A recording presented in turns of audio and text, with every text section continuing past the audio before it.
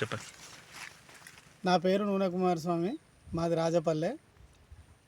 నేను మొక్కజొన్న వేసిన తర్వాత గ్రోత్ సరిగ్గా లేకపోవడం వల్ల నాకు ఇక్కడ విజయ్ అనే మిత్రుడు వీళ్ళు చూడడానికి వచ్చి అప్సైడ్ కొట్టడం వల్ల గ్రోత్ బాగుంటుందని చెప్పిండు.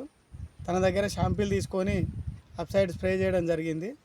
వారం రోజులనే నేను ఊహించిన దానికన్నా ఎక్కువ ఈ మందు ఆఖరైన అటునుంచి కొట్టుకొని వచ్చిన ఆయన ఇచ్చిన షాంపూలు ఆఖరైన చిన్న మొక్కలు మందు పడ్డకాడికి పెద్ద మొక్కలు మీకు స్పష్టంగా చూస్తేనే కనబడుతుంది.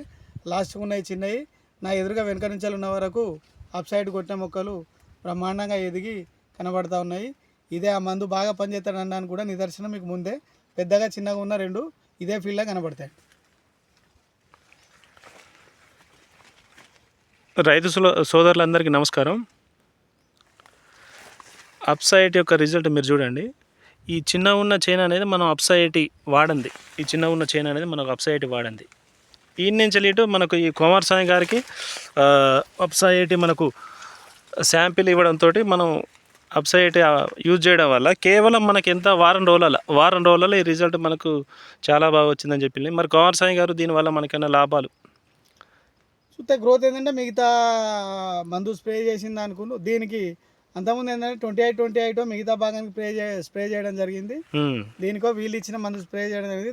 దీనికి డిఫరెన్స్ ఏంటంటే దీనివల్ల పెట్టుబడి పెరుగు చేను పెరిగి కనబడతా ఉన్నది. పెట్టుబడి ఏమన్నా తగ్గుతుందా తగ్గుతా ఇట్లా పెరగడం వల్ల ఏంటంటే పెట్టుబడి తగ్గడానికి అవకాశం ఎక్కువ ఉన్నది. గ్రోత్ అయితే ఎక్కువనే ఉన్నది. దాంతోపాటు రైతుకు దిగుబడి కూడా పెరుగుతుంది. ఆటోమేటిక్గా చేను ఆరోగ్యంగా ఉంటే ఆరోగ్యంగా చేను కనబడుతుంది. దిగుబడి పెరగడానికి కూడా అవకాశాలు ఉన్నాయి.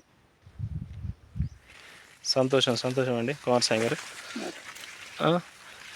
రైతు సోదరులు అందరూ గమనించండి.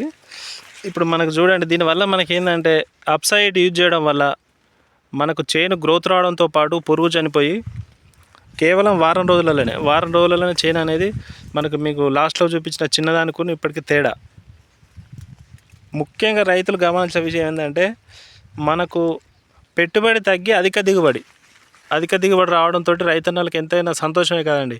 ఇప్పుడున్న పరిస్థితులలో పెట్టుబడి అనేది విపరీతంగా పెరిగిపోతుంది. దీన్ని యూజ్ చేయడం వల్ల 5 నుంచి 6 సార్లు స్ప్రే చేసే బదులు మనకు 2 నుంచి 3 సార్లు చేస్తే మనకు అప్పటికే చేను అనేది తలతనలకు దాటిపోయి రైతు చేతికి వస్తుంది.